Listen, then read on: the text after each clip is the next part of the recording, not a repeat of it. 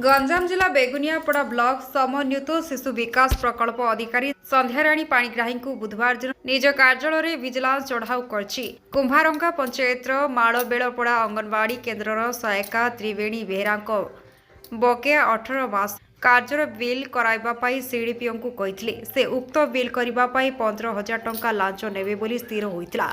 त्रिवेणी vigilance आश्रय नहीं चुक्ति प्रकार बुधवार दिन त्रिवेणी सीडीपीओ कार्यालय पहुंचबार 1,000 टंका प्रदान करने विजिलेंस माड़ी बसी रेड हैंड्री उक्त टंका जबत करथिले। तेबे त्रिवेणी को बकेया बिल करने सीडीपीओ 15,000 टंका दाबी करथिबा बेले 12,000 टंका देइथिबा त्रिवेणी कहते। ब्रह्मपुर विजिलेंस टीम चढ़ाऊ करने 20/2024 मामला रुजु करी सीडीपीओ को अटक रखिक विजिलेंस कार्यालय को नहीं जमापड़ी। सीडीपीओ संध्याराणी दीर्घ 8 वर्ष ऊर्ध्व हेब बेगुनियापड़ा ब्लॉक रे कार्य करुथिबा बेले वर्तमान तांकर ब्रह्मपुर बदली होइथिबा चिठा प्रकाश पाइछि। प्रकाश थाउ कि गत समिति बैठक में अंगनवाड़ी केन्द्रर अनियमितता और छतुआ उपरि विधायकों समेत सरपंच और समिति सभ्य माने सीडीपीओ को अभियोग करने सह तदंत पाई दाबी करथिले। गंजाम कोदालरू कृष्णचंद्र पलाई को रिपोर्ट वायरल न्यूज।